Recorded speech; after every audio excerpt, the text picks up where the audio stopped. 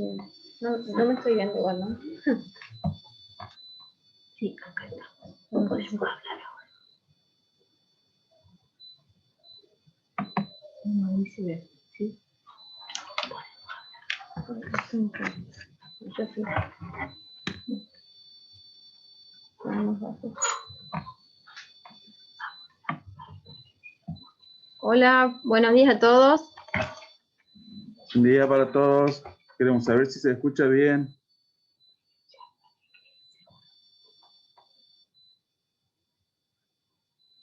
Escriban en el chat si están escuchando bien.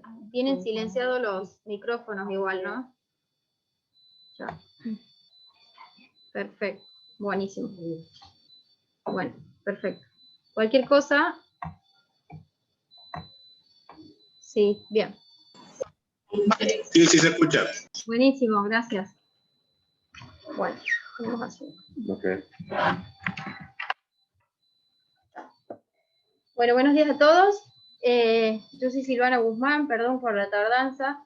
Acá estoy con la doctora Chechi, médico de cirujano infantil de planta del Hospital Sepsi. Yo, residente de tercer año. Lo deben haber visto en la presentación. Buen día para todos. Hoy vamos a dar derrame pleural en pediatría. ¿Están todos listos? Bueno.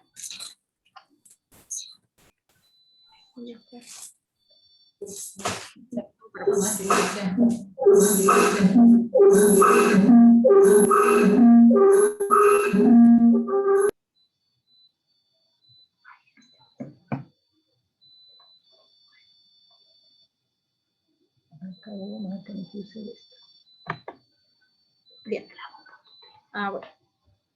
Bueno, para comenzar, la definición, por definición, derrame pleural es el acúmulo de una cantidad normal de líquido en el espacio pleural que ocurre por una alteración de la evacuación del líquido o más frecuentemente por aumento de la producción. ¿Sí? Al derrame pleural lo vamos a clasificar en exudado trasudado en dependencia de los criterios del ACT. Acá podemos ver en la diapositiva los valores. Consideramos exudado cuando el valor del líquido pleural, teniendo en cuenta las proteínas, sobre el líquido de las proteínas en sangre, es mayor de 0,5. En el exudado, menos de 0,5. Lo mismo, el mismo comparativo lo hacemos con el LDH pleural sobre el LDH de suero, 0,6. Por arriba de este valor consideramos que es exudado y por debajo es trasudado. El LDH en líquido pleural, propiamente dicho, por arriba de 2/3 de los niveles normales de la sangre, se considera exudado y por debajo trasudado. Estos criterios, si bien parecen medio difíciles de aprender y demás, son súper importantes para poder definir de entrada en un paciente con sospecha de derrame, teniendo en cuenta el citológico, si estamos en presencia de un éxodo o trasudado. Otros criterios que también podemos tener en cuenta es el colesterol, más de 60 o menos de 60. El pH menos de 7,3 o más de 7,4 en el trasudado, y la glucosa de pleural y de suero, menos de 1 en el exudado y igual en el trasudado. Los leucocitos por microlitros, más de 5.000 en el exudado y menos de 1.000 en el trasudado. Esto es meramente clasificatorio, lo que más nos interesa son los 3 primeros ítems de la clasificación del AIC, que ya vamos a ver más adelante por qué son tan importantes. Cuando estamos en presencia de un trasudado o exudado, nosotros tenemos que,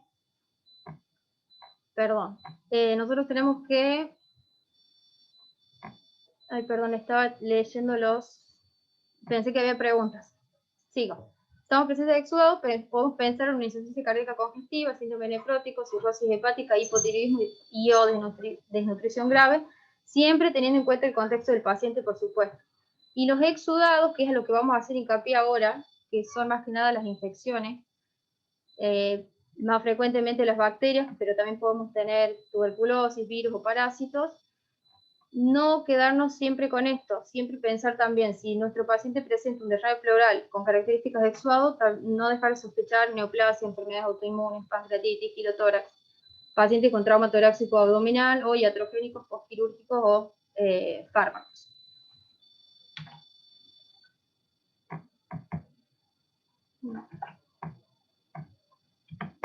No me pasa la pantalla.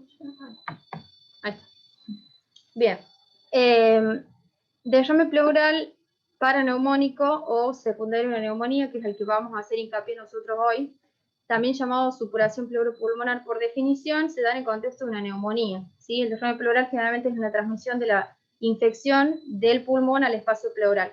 Con consecuencia de esto, se acumula líquido. Vamos a hacer una introducción, más o menos como para mostrar estadísticas. La incidencia se da de 3,3 sobre 100.000 niños, se da más frecuente en invierno y en primavera. Se estima que del 20 al 40% de los niños hospitalizados por neumonías adquiridas en la comunidad van a presentar derrame pleural, y que hasta un 0,6 hasta inclusive 2% van a progresar en pierna. Todo esto es estadístico, por supuesto. Y que la mitad de los casos es resolver con antibióticos, es decir, no va a haber tratamiento quirúrgico necesariamente. Ahora, mecanismo de producción, esto es muy esquemático, pero muy importante, más o menos para que nos pongamos, podamos ver más o menos cómo es la fisiopatogenia del derrame pleural. Primero que nada, nuestro paciente previamente tiene una infección pulmonar, que es una neumonía.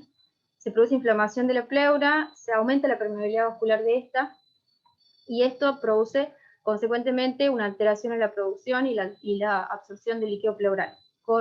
Y esto a su vez conlleva a la acumulación de gérmenes, a lo que nosotros llamamos supuración pleuropulmonar o derrame pleural, paraneumónico en este caso. Bien, lo podemos dividir en estadios. Esquemáticamente, me parece que este cuadro o este esquema muy práctico, dividirlo en 3 estadios. Si bien ahora en el transcurso de todo el Ateneo vamos a ver que hay distintos tipos de clasificaciones.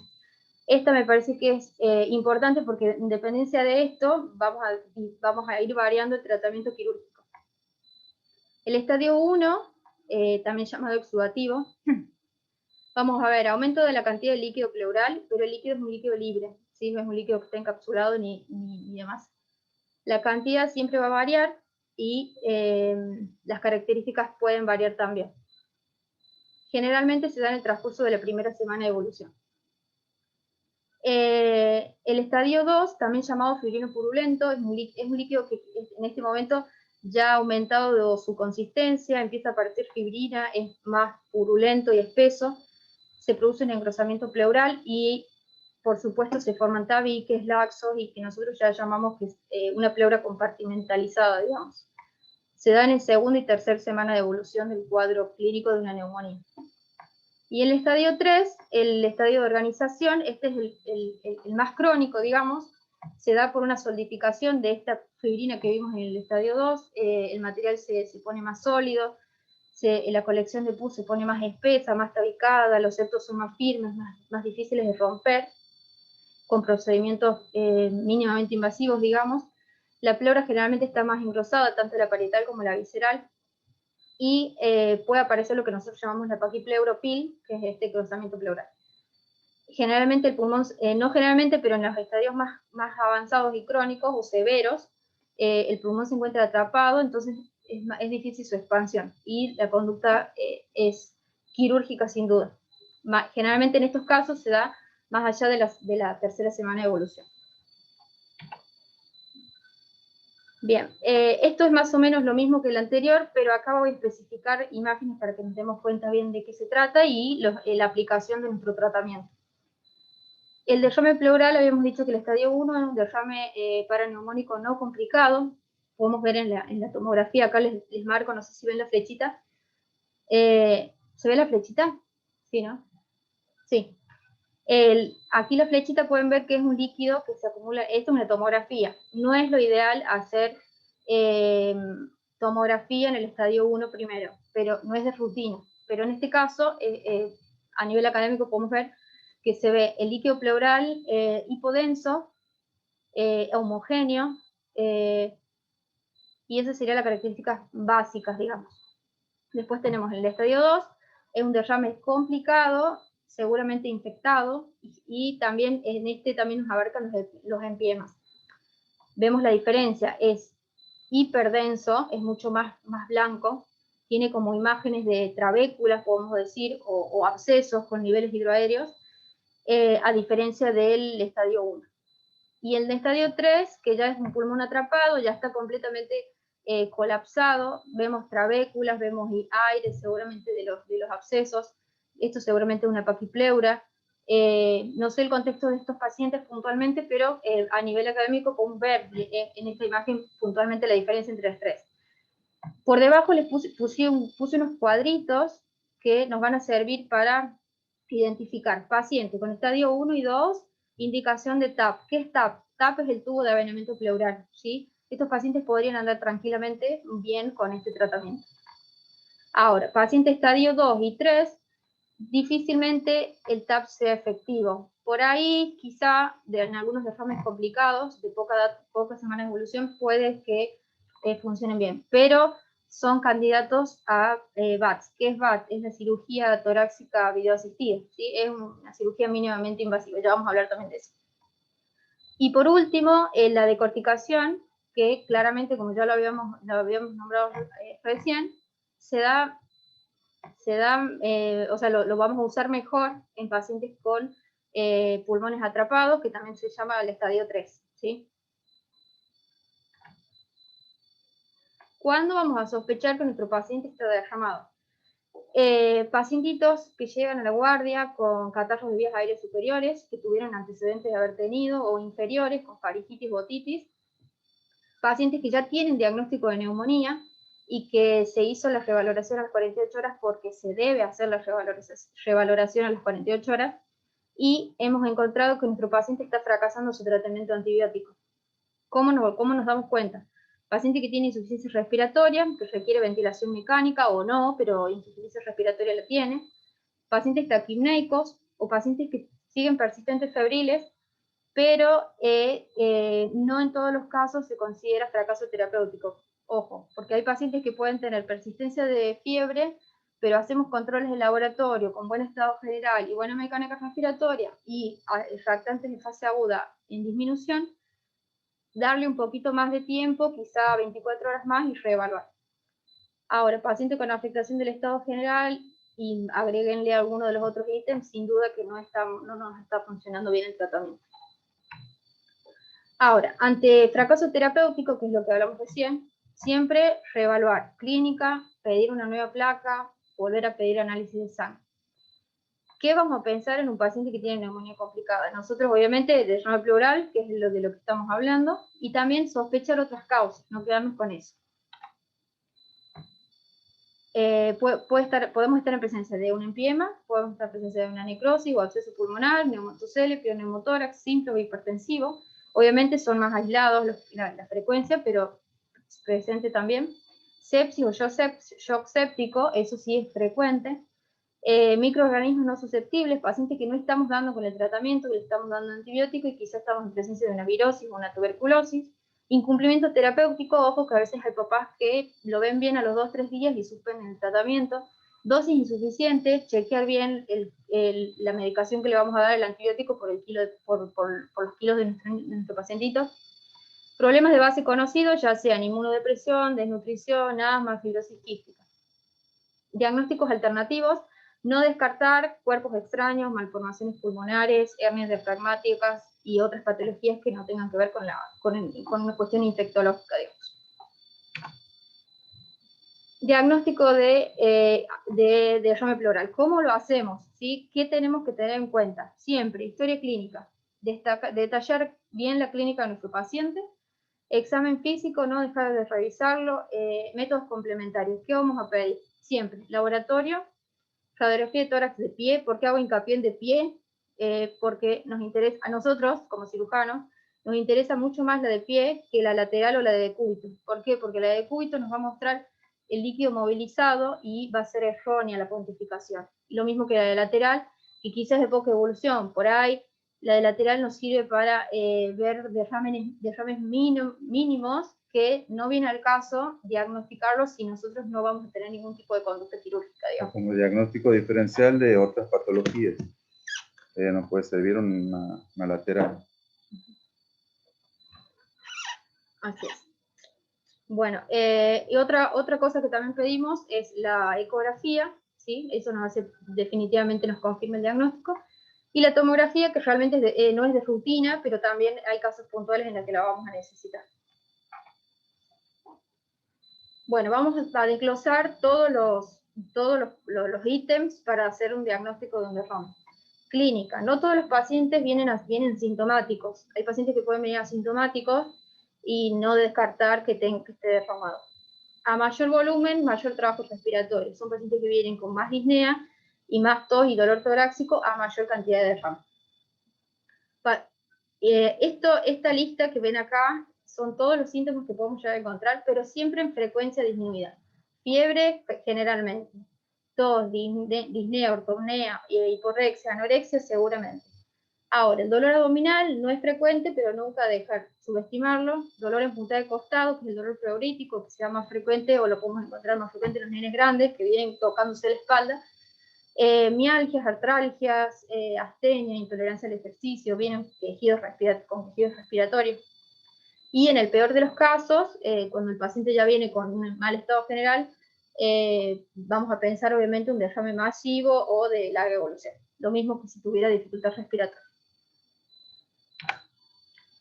Bueno, seguimos, ya hicimos hincapié en la clínica, ahora vamos a revisarlo al paciente. La clínica, la semiología sin duda es mucho más larga, mucho más extensa, pero en esta diapo vamos a ver qué es lo que no nos debe faltar nunca cuando tenemos sospecha de derrame. Siempre mirarlo, mirar el tórax, ver si vemos que el paciente tiene asimetría en la expansión torácica, mientras respira, vemos que está disminuido de un lado y que tiene una leve escoliosis, no dejar de pensar en que tiene un derrame unilateral.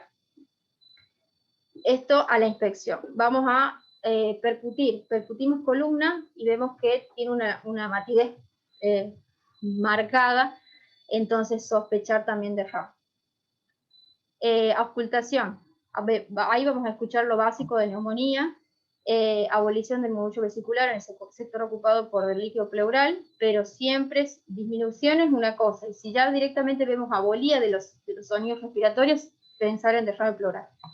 Disminución en la entrada de aire del emisoras comprometidos, sin duda, crepitantes y broncofonía en el lugar de la neumonía. Bueno, laboratorio. ¿Qué vamos a pedir? El screening infectológico, como cualquier paciente febril, siempre. El hemograma, que seguramente lo vamos a seguir pidiendo para hacer seguimiento. La eritrosedimentación, en casos que generalmente vienen con evolución prolongada, en estadios avanzados. Gases en sangre, siempre para hacer un registro de la suficiencia respiratoria del paciente, obviamente de acuerdo a la necesidad. Hay pacientes que van a requerir quizás gases en sangre más de una vez al día y otros quizás no tanto. Bacteriología en sangre y líquido pleural es importante, pero hay que ver a las estadísticas, la realidad y demás.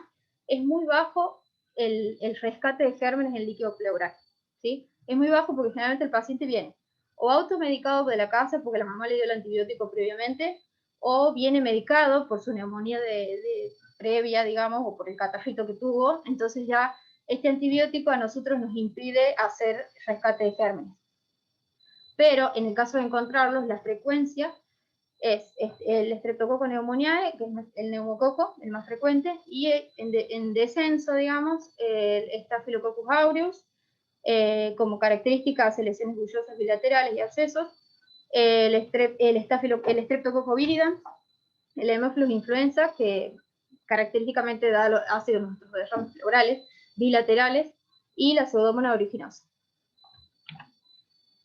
Bueno, ahora seguimos con la radiografía, ¿sí? Cuando pedimos radiografía, ¿qué es lo que no tenemos que dejar de ver ante la sospecha de derrame? La línea de desplegamiento, ¿sí? Generalmente, acá en esta imagen se puede ver, no sé si alcanzan a ver muy bien, pero si hacen una comparación con el lado contralateral, tenemos acá súper libre, limpito, y de este lado vemos el desplegamiento, ¿sí?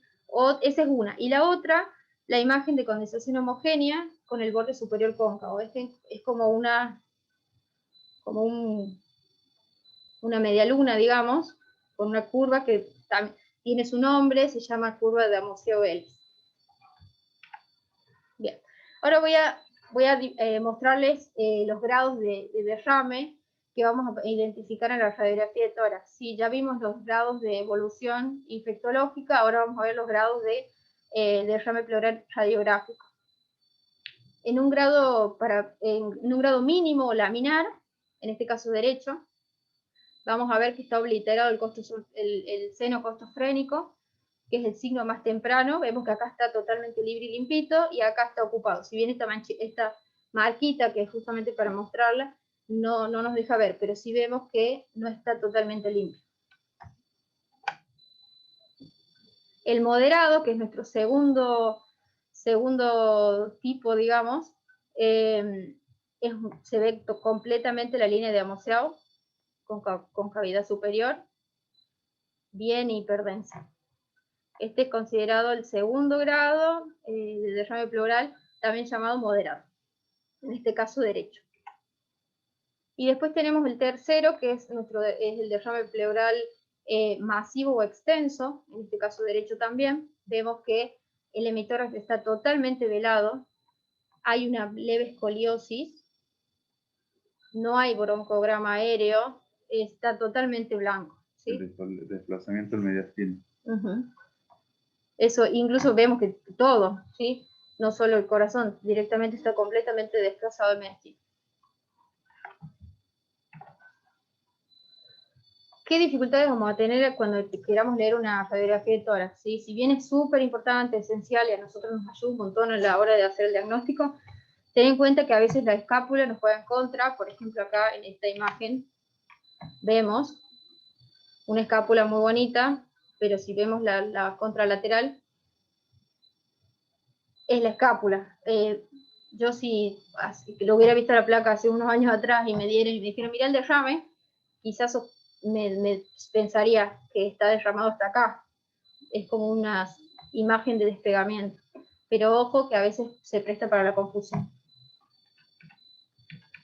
Bueno, ¿es líquido o es neumonía? Vieron que en el segundo veíamos que está súper denso, súper blanco. Ojo que a veces no siempre es derrame. En este caso sí, porque tiene la curva, tal cual. Entonces, eso ya nos da la pauta de que no es neumonía solamente. ¿Está tabicado o no? En la radiografía no siempre lo vamos a saber. A veces va a variar porque la mamá viene y nos dice, no, desde ayer que está mal.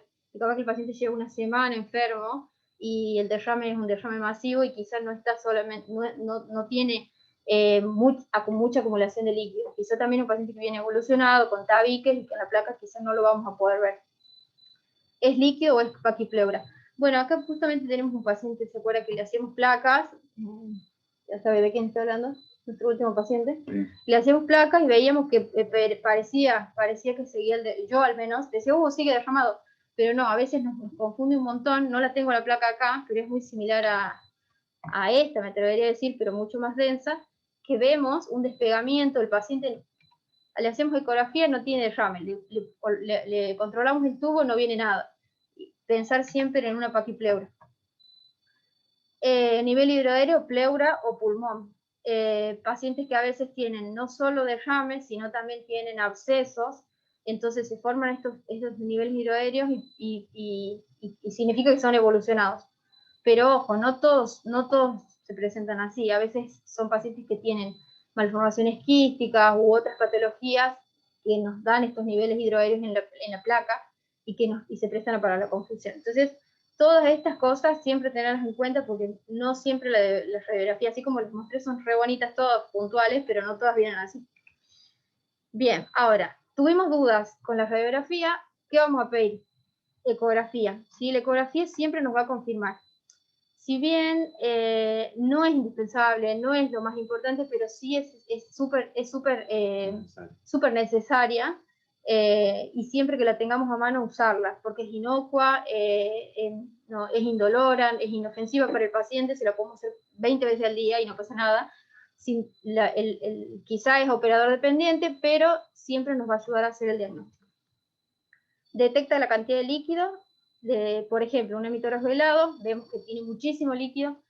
Nunca dejar de pensar en masas ocupantes. Vamos a ver. Diferencia entre el engrosamiento pleural y el líquido, que es lo que decíamos recién. Vemos una radiografía y no sabemos si es líquido o es engrosamiento pleural, o el PIL, digamos. Entonces con la eco podemos hacer este diagnóstico y esta diferencia. También vamos a detectar si el derrame es libre o encapsulado tabicado con presencia de loculaciones en derrames pleurales de larga evolución, que es lo que decía recién. Capaz que el paciente viene de hace una semana de evolución, todo tabicado, nosotros vemos la placa y pensamos que es un derrame masivo, ponemos un tubo y no nos está resultando nada porque justo hemos entrado en una trabécula. Entonces con la ecografía evitamos esto. Entonces la ecografía ya vemos que es un derrame tabicado, entonces sin duda nos da el diagnóstico de que es un derrame evolucionado. Y bueno, otra de las utilidades nos sirve como guía para toracocentesis o toracostomía, ¿sí? Bueno, nosotros tenemos, por suerte, tenemos un ecógrafo muy bueno en el quirófano, entonces siempre que lo tengan a mano, siempre usarlo antes de hacer una toracoscopía, una toracocentesis o toracostomía para colocación de tubo, digamos. Acá vemos las imágenes, que esta está muy bonita, es una imagen de una ecografía normal. Esta parte superior es la parte de la piel, esta parte medial que vemos las pelotitas negras son las costillas, esta sombra acústica es el huesito, estos son los espacios intercostales, y acá vemos las dos líneas. La que está más pegadita al hueso es la pleura parietal, y la que está más en la parte interna, digamos, es la pleura visceral. Este espacio es un espacio virtual, que es nuestro espacio pleural, digamos. Cuando este está aumentado, así como está perfecto, así tiene que ser, finito, limpito. Ahora bien, en un derrame pleural esto cambia totalmente. Vemos la pared torácica, que sería esta pared, esta. Esto, en este caso, acá se ve algo de diafragma y se ve algo de hígado vaso, la verdad que desconocemos qué es lo que se ve ahí, pero esa es la imagen. Y acá esto sería el pulmón, y todo esto negro que vemos acá es el despegamiento del derrame pleural, ¿sí? Imagínense lo importante a veces para ver. ¿Cómo lo vamos a ver? Como anecoico, cuando vamos a ver un informe de ecografía, se ve así, es completamente negro. Tomografía. Como ya les había dicho, la tomografía no se realiza de rutina, ¿sí? Tampoco se realiza en estadios primarios, o sea, estadios 1, digamos, pero no dejar de hacerlo cuando hace falta, por supuesto, ¿sí? Siempre tener en cuenta, es un estudio diagnóstico que se hace con anestesia general, siempre evaluar. Hacer una tomografía, ¿nos va a cambiar el tratamiento o no? Si es así, sin duda hacerla. ¿Qué es lo que nos sirve? Podemos ver el parénquima pulmonar y las pleuras, ver la diferenciación, evaluamos la presencia de las colecciones, evaluamos si hay engrosamiento pleural o no, vemos si hay cuerpos extraños o masas, en el caso de que sospechemos otra patología ajena al derrame, y también ayuda a la localización y la cantidad de líquido, porque a veces las imágenes, sea eco, sea radiografía, no nos termina de convencer si el líquido es extenso y si está localizado subfrénico o costofrénico, entonces a veces eso nos ayuda también a hacer esas diferenciaciones. Acá esta imagen se ve y me impresiona que la imagen es un estadio 1, ¿sí? Es totalmente homogéneo, no vemos loculaciones, no vemos trabéculas, no vemos nada. Me imagino que es un paciente que no debe llevar más de una semana de evolución. Bien, ¿cuáles son las indicaciones? Bueno, más o menos ya venimos diciendo. Pacientes crónicos que están evolucionando mal, pacientes que los venimos teniendo en la sala, que les venimos haciendo tratamiento antibiótico, y que a su vez colocamos tubo y no nos está funcionando, hacemos tomografía. Pacientes asintomáticos, que quizá lo mandamos a la casa, le hicimos el control, el paciente anduvo muy bien, pero vemos que la radiografía es una radiografía horrible, que no termina de resolver, también pedir una tomografía. Y pacientes que quizá vienen haciendo neumonías a repetición, desde que son muy chiquitos, que ya se curaron, nunca dejar de hacer una tomo para descartar malformaciones de adenomatoideas quísticas o bronquiectasias preexistentes. Siempre. Bueno, y por último, esta si bien no la puse en estudios complementarios porque no es de rutina tampoco, la toracocentesis diagnóstica. Si bien la toracocentesis cuando la vayamos a hacer, siempre en quirófano por supuesto, es evacuatoria, es decir, es tratamiento, no es diagnóstica, pero no está de más aclarar que cuando nosotros hacemos la punción, podemos terminar haciendo el diagnóstico de lo que tenga el paciente, ¿sí? Generalmente esto lo vamos a hacer a veces solo punción, sin necesidad de colocación de tubo, en pacientes que no tenemos una causa conocida y que a veces necesitamos punzar para descartar otras causas. Siempre tener en cuenta que el derrame tiene que ser por lo menos de 10 milímetros, porque sin duda vamos a punzar y no vamos a poder sacar nada si tiene menos de eso. ¿Qué vamos a tener en cuenta a la hora de chequear nuestro laboratorio del derrame pleural? Si nuestro paciente tiene un líquido pleural con proteínas de 1 a 2 miligramos por decilitro, el cultivo negativo, es decir, estéril, el pH de 7,3 a 7,45, la glucosa similar del plasma y el LH menos del 50%, seguramente es normal, ¿sí? Ahora, si las proteínas están alteradas, seguramente es un derrame pleural paraneumónico, si está infectado o no. Y si encontramos pus, directamente estamos en presencia de un empiema. Directamente, toracocentesis, pus, colocamos tubo. Si el cultivo es estéril, aún así, a pesar de tener proteínas altas, podemos pensar que nuestro derrame pleural todavía no se nos ha infectado en su totalidad, no estamos en presencia de un empiema. Si es positivo, si tiene presencia de gérmenes, tratarlo como empiema. Y bueno, el pH va a ir disminuyendo, se va poniendo más ácido en dependencia de cuanto mayor sea la infección. En un derrame paraneumónico simple, no infectado, el pH va a ser de menos de 7,3. En un complicado, menos de 7,2 y en un empiema propiamente dicho, menos de 7. La glucosa en el simple, menos de 60, en el complicado, de 60 a 40, y en el empiema, menos de 40. Y la LDH, lo mismo. Generalmente, en el simple, menos de 1000, podemos considerar lo que no es complicado, y de más de 1000 seguramente ya es un derrame pleural complicado y lo consideramos como con empiema en dependencia del resto de las características. Bien, ¿cuáles son los factores que nos van a dar, nos van a predecir la evolución del paciente? Siempre tener en cuenta pacientes que tienen enfermedades preexistentes o no, asmáticos, inmunocomprometidos, fibrosis quística, eso va a variar mucho la evolución del paciente. Estado nutricional, tiempo de evolución previo a la consulta. Hay pacientes que vienen del interior, que quizás los han estado haciendo un tratamiento prolongado y llegan acá, y entonces a veces para nosotros la evolución va a ser distinta del paciente que viene por primera vez o que consultó a las 48 horas solamente. La agresividad del germen va a variar. Si un paciente contiene una neumonía adquirida de la comunidad, seguramente va a andar muy bien. Ahora, un paciente que hizo una neumonía intrahospitalaria, seguramente la evolución va a ser más tórpida, y eso también lo tenemos que tener en cuenta. Oportunidad de procedimiento quirúrgico, bueno, eso tiene que ver con el hospital. O sea, si nosotros tenemos al alcance el tratamiento de los pacientes, seguramente va a andar bien. Ahora, un paciente que quizá perdió la posibilidad, estando a muchos kilómetros hasta que llegó acá, no se le hizo la toracocentesis, la evolución va a ser tórpida también, o quizá va a tener una evolución más lenta. Y la vacunación, súper importante también, eso va a variar el tratamiento.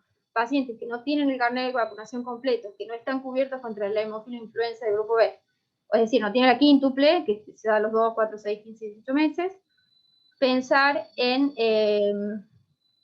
cubrir el hemófilos para cuando hacemos el tratamiento antibiótico, digamos. Lo mismo que el neumococo. Paciente que no está cubierto con neumococos, también seguramente el antibiótico va a tener que ser más agresivo, puede que cambiemos el esquema, eso también lo va a ir chequeando el infectólogo y el pediatra que esté a cargo. Bueno, el tratamiento, ahora bien, ya vimos todos los exámenes complementarios, toda la clínica, cómo hacemos diagnóstico. Siempre, no solo el cirujano es el que drena el derrame y se cura el paciente, no, siempre. Pediatra, fundamental. Kinesiólogo, fundamental. Neumonólogo, fundamental. Infectólogo, fundamental. O sea, siempre todos los eslabones tienen que estar unidos, y este tratamiento siempre del paciente tiene que ser multidisciplinario. Ahora, tenemos el diagnóstico de nuestro paciente, sabemos que tiene un derrame, ¿qué hacemos? Lo internamos, ¿sí? Siempre, paciente de neumonía con diagnóstico de derrame, internamos. ¿Qué antibiótico vamos a usar? Siempre hacer un antibiótico endovenoso empírico. Nosotros acá usamos la cefalosporina de tercera generación, la ceftriaxona anda muy bien. Pero bueno, eso va a variar como ya habíamos dicho. Si tiene resistencia, si no está vacunado, si vamos a usar un esquema previo, de acuerdo a la edad, a veces varía, no es lo mismo el antibiótico para un bebé de 3 meses que para un nene de 13 años.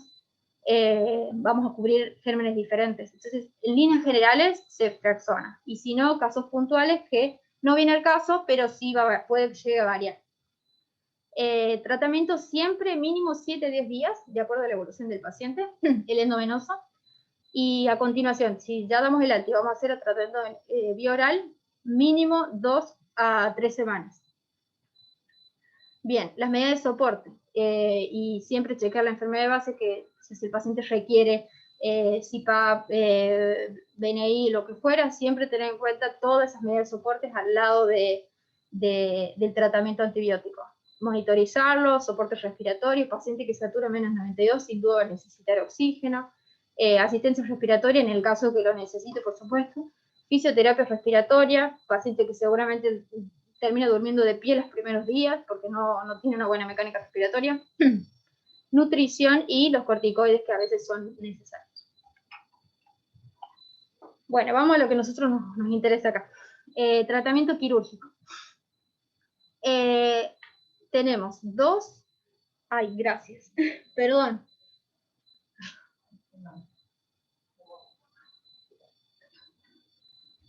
Bien, seguimos. Tenemos dos pilares fundamentales para el tratamiento quirúrgico. El drenaje pleural y la cirugía. El drenaje pleural va a estar dado por la toracocentesis, que ya lo veníamos hablando, la toracocentesis, y el tubo de avenimiento pleural, que también lo habremos nombrado en otro momento.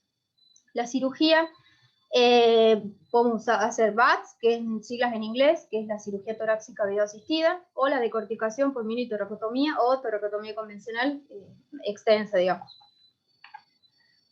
El drenaje pleural se va a hacer por toracocentesis o colocación de tubo de avenimiento pleural. Nunca minimizamos el procedimiento. No es, lo vamos a pasar al quirófano, le vamos a hacer una puncioncita, no, es un procedimiento invasivo, es siempre hablar con los papás, explicarle bien los riesgos. Son pacientes que quizás son previamente sanos, normales, pero vienen de la casa con un pulmón que no está sano, entonces el riesgo anestésico va a ser mayor que cualquier otro tipo de cirugía. Esto siempre hablarlo con el pediatra, o sea, no es hacer una puncioncita, no, es todo un riesgo. Bien, ahora como ya habíamos dicho en algún otro momento, hacemos toracocentesis, viene pus, empiema. ¿Qué hacemos? Drenamos. Todo empiema se drena. Pero esto no está exento de que no funcione, porque a veces estos empiemas son de larga evolución, son crónicos, entonces vienen con tabiques, con coágulos, fibrina, entonces son derrames organizados en un estadio 3, seguramente, y estos casos, sin duda que no va a ser útil. Bueno, eso es algo que lo tenemos que tener en cuenta. Por eso siempre hacer un estudio exhaustivo del derrame a la hora previo a la punción, a menos que sea diagnóstico. Hay esta imagen que está muy bonita, que es el uso de la ecografía siempre en quirófano previo a la punción. No es algo que lo hagamos siempre, es algo que hay que reconocerlo, no se hace siempre, pero no dejar de hacerlo, no adquirir la práctica, siempre que tengamos un ecógrafo a mano, pasarle el ecógrafo no les hace nada, es inocuo, inofensivo, y la verdad que nos va a ayudar un montón a la hora de chequear si el sitio de punción es el adecuado y nos evitamos punciones innecesarias. Tubo de avenimiento pleural. Siempre en quirófano, siempre con anestesia general y siempre con el paciente intubado. Esto quizá es por regla general lo ideal. A veces tenemos un paciente en muy mal estado general, en shock room o en terapia, y nos dicen, mira, no lo podemos movilizar al paciente, hay que colocarle el tubo en el shock room o en la terapia. Bueno, casos excepcionales hacerlo, pero siempre chequear que tengamos un médico al lado, un terapista al lado, un pediatra al lado, que nos pueda hacer una pequeña sedación al menos. Es un procedimiento doloroso, no hay que minimizarlo, o sea, siempre tratar de, en lo posible, compensar al paciente y pasarlo a quirófano. Tips para tener en cuenta siempre: radiografía a mano. Si vamos a colocar un tubo, llevarnos la radiografía con nosotros al quirófano y mirarla siempre antes de punzar. Auscultamos antes de punzar también. Posicionamos y fijamos al paciente, siempre con la manito sobre la espalda, para que nos muestre la expansión de los intercostales. Marcamos el sitio de inserción de drenaje, generalmente entre el quinto y el sexto espacio, a nivel de la línea axilar media. Y los catéteres van a variar, eso de acuerdo al paciente y de acuerdo al líquido. Eso lo vamos a ir viendo en quirófano en dependencia de nuestro paciente. Siempre pedimos una radiografía post-tubo. Acá vemos el nene sentadito y todo ahí lleno de escalaríos. Esta sería una imagen de un drenaje colocado. Cuidados del tubo, curación cada 48 horas, mínimo, clampeo para que se pueda movilizar el nene, cuantificación diaria del rótulo en frasco siempre. Nosotros, cirujanos, ponemos el tubo y controlamos el tubo. Vamos todos los días, cada 24 horas, chequear cada cuánto nos viene drenando y cuándo lo vamos a retirar, cuando hayan pasado por lo menos en 24 horas sin que haya tenido débito. Siempre con radiografía, o lo ideal, pre y post extracción de tubo. VATS, de las siglas en inglés, Video Assisted Thoracic Surgery, que es la cirugía torácica videoasistida, como ya les había dicho, nos va a determinar el estado del derrame, es decir, si está infectado o no, porque primero, esto es una cirugía mínimamente invasiva, ponemos un trocar en la cavidad pleural, insuflamos, colocamos el resto de los trócares, que pueden ser uno o dos más, o depende de la necesidad del cirujano, insuflamos un aire a una presión, y ahí podemos romper las clavículas, limpiar, drenar, hacer lavados profusos, lo que sea necesario. Nos permite romper los tabiques, drenamos material, fino purulento, colocamos TAP en el caso que haga falta, o colocamos un segundo tubo, que si puede ser un paciente que ya tenía un tubo previo, y siempre tomar muestra para cultivo de anatomía patológica. Disminuye la duración de los síntomas, la estancia hospitalaria y el costo. Son pacientes que tienen un postoperatorio con mejor andan más rápido, mejor tolerancia del dolor, o sea, son pacientes que andan mucho mejor que con una toracotomía abierta. Y menos días de internación. Menos días de internación, sí, eso es también importante para el paciente. ¿Cuáles son las indicaciones? Cuando el derrame persiste, es un derrame moderado masivo que no nos está respondiendo, paciente que le pusimos tubo y no está drenando, lo entramos y le hacemos una toracoscopia. Paciente que viene de la calle, pero ya el derrame es de estadio 2 o 3, sabemos que le vamos a poner un tubo y que no va a andar, seguramente lo ideal sería compensarlo y a las 24 horas entrarlo y hacerle una cirugía videoasistida. Importante, lo mismo que el tubo, posicionamos el paciente, la ubicación correcta de la torre, generalmente usamos por el mismo lugar donde introducimos la cámara, generalmente lo usamos para sitio de drenaje o es lo más conveniente. Siempre controlar el tiempo. Paciente con una cirugía torácica no debería extenderse más de 40 minutos. Tengamos en cuenta que vamos a entrar a un lugar donde manejo de la respiración y el anestesiólogo también nos va a matar. Así que siempre no extendernos de 30 a 40 minutos en la cirugía. Bueno, la cirugía abierta, también la minitoracotomía de corticación, se hace la incisión en el quinto espacio intercostal para derrames en estadio 2 o 3 en agudo o en estadio 3 crónico. Generalmente a veces lo hacemos necesitamos incisiones amplias para liberación pulmonar.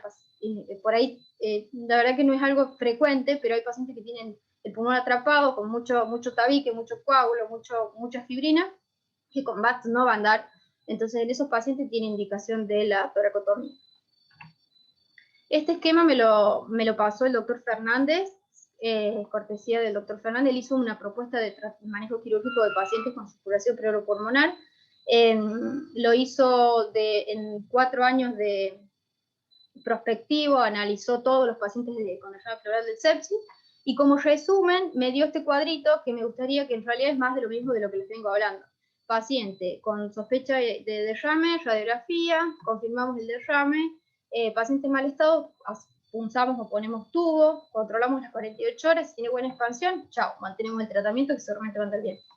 Paciente que tiene buen estado general, ahí está la disyuntiva. ¿Hacemos toracocentesis y colocamos tubo o vamos a VATS programado? Esto sería como para empezar a pensar, bueno, vamos a compensar al paciente y mañana le hacemos una VATS, una cirugía videoasistida. Entonces ahí nos evitamos una colocación de tubo quizá innecesaria y le resolvemos el problema al paciente en 24 horas. Pero, con una sola anestesia. Y con una sola anestesia, totalmente. Entonces, este sería lo más importante de todo el cuadro. Bueno, paciente que a las 48 horas tuvo una mala expansión, VATS seguro, que eso sí lo hacemos.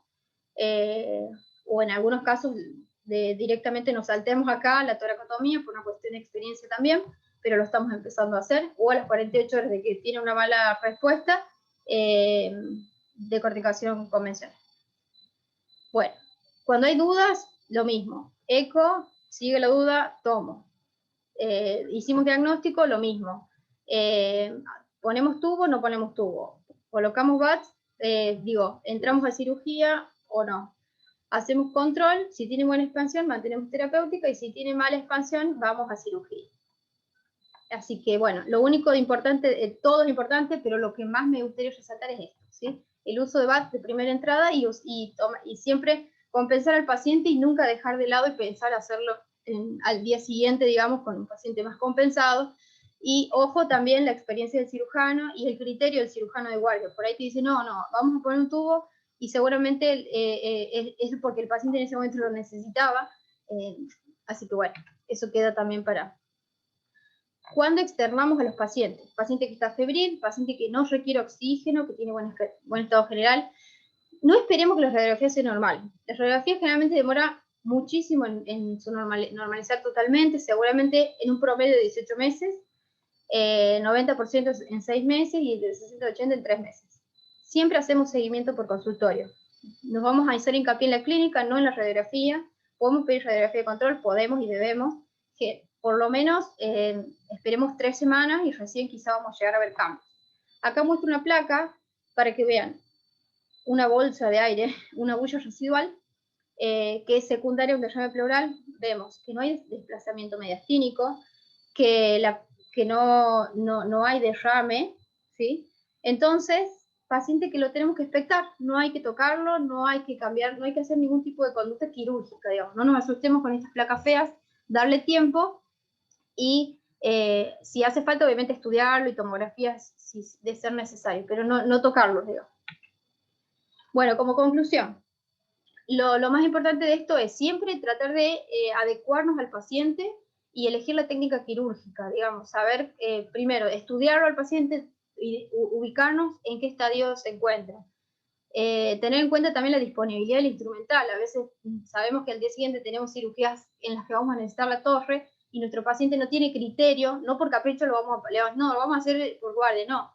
Compensar al paciente, y eso, tratar de ver la disponibilidad del material que tengamos a mano en nuestro hospital, y obviamente la experiencia del cirujano de guardia. No todos los protocolos se rigen a rajatabla, a veces hay que ver si no, el paciente no lo vamos a esperar más, le pongamos un tubo hoy, de última si hace falta entramos en cirugía mañana, pero a veces eso también tiene que ver con la experiencia del cirujano que está a cargo en ese momento.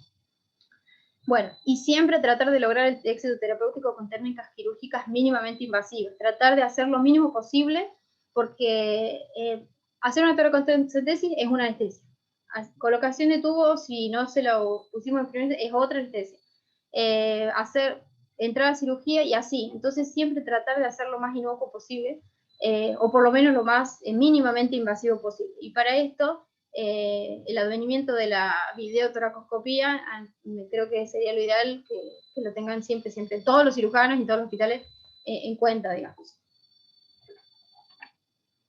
Bueno, muchas gracias. A ver, hay algunas consultas en el chat, no sé si las puedo ver. Ay,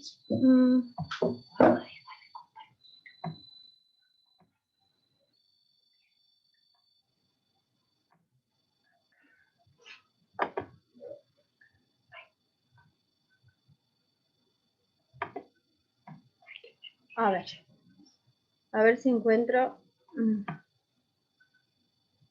¿Dónde empieza? Acá. Se escucha.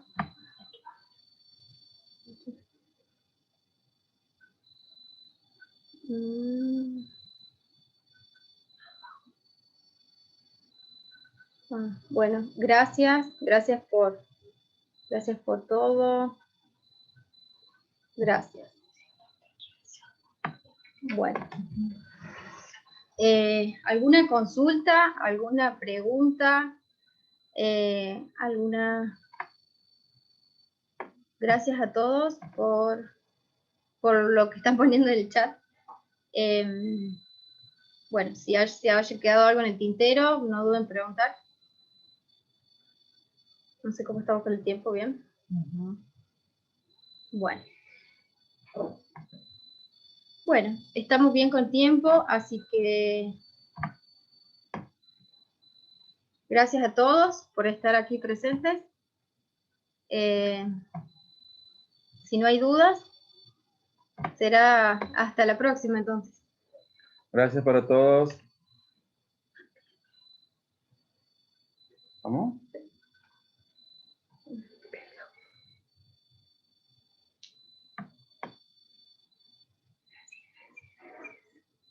Bueno, la explicación.